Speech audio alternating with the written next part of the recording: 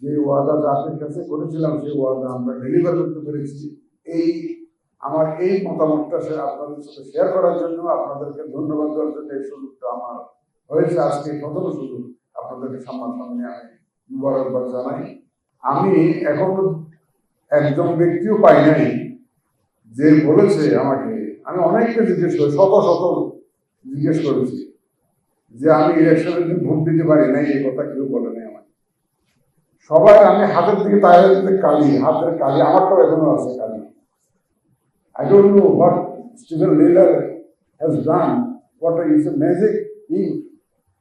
My daughter was asking, who is that gentleman who supplied me the ink? Because I want to buy all my items from that gentleman because it's such a quality, high quality ink.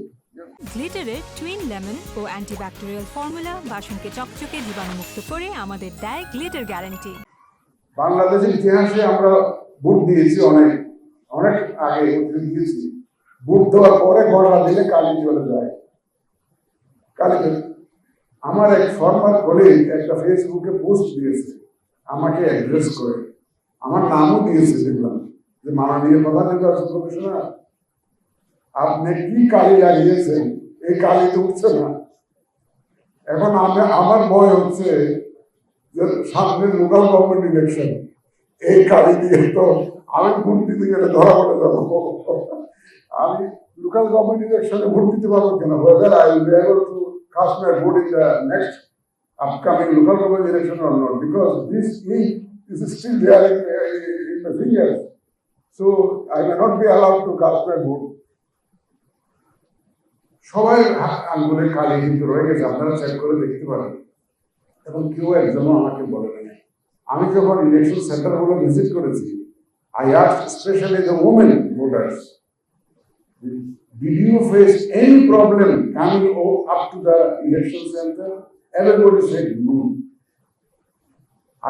এবং সব মহিলা, বয়স্ক মহিলা, old ladies, I asked, did you face any problem in coming over to the election center, polling center, polling station? Or no, it was quite comfortable. কোনো বাধা বিপত্তি face করেছেন? না, কোনো আমরা তো কোনো বাধা বিপত্তি ফেস করিনি।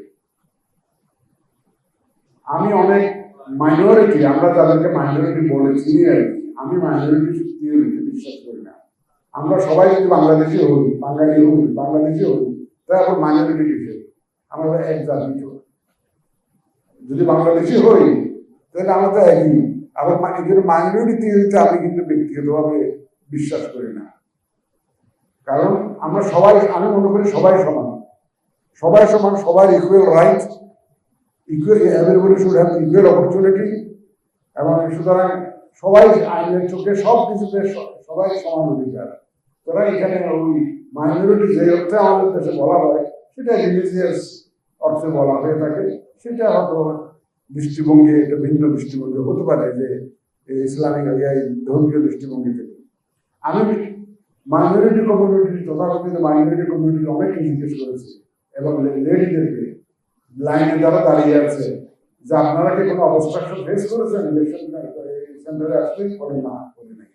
আমি আমার বন্ধু বান্ধব আছে যারা হিন্দু ভদ্রলোক, খ্রিস্টান ভদ্রলোক, বিদেশেও থাকে, দেশেও থাকে, আমি টেলিফোন করে জিজ্ঞেস করেছি তুমি কি ভোট দিয়েছো? বলে দিয়েছি। আর আমি দিয়েছো? আর আমি দিয়েছি। তোমার আত্মীয় স্বজন ভোট দিয়েছে? বলে আমার আত্মীয় স্বজন পরিবারের সবাইকে নিয়ে সুন্দরভাবে ভোট দিতে পেরেছে। আমি একজন খুব শুনি নাই যে ভোট দিতে পারেন নাই, যে অসুবিধা ফেস করেছেন, ভোটের সেন্টারে গোলমাল হয়েছে, তাড়িয়ে দিয়েছে, এমন কিন্তু আমি শুনি নাই।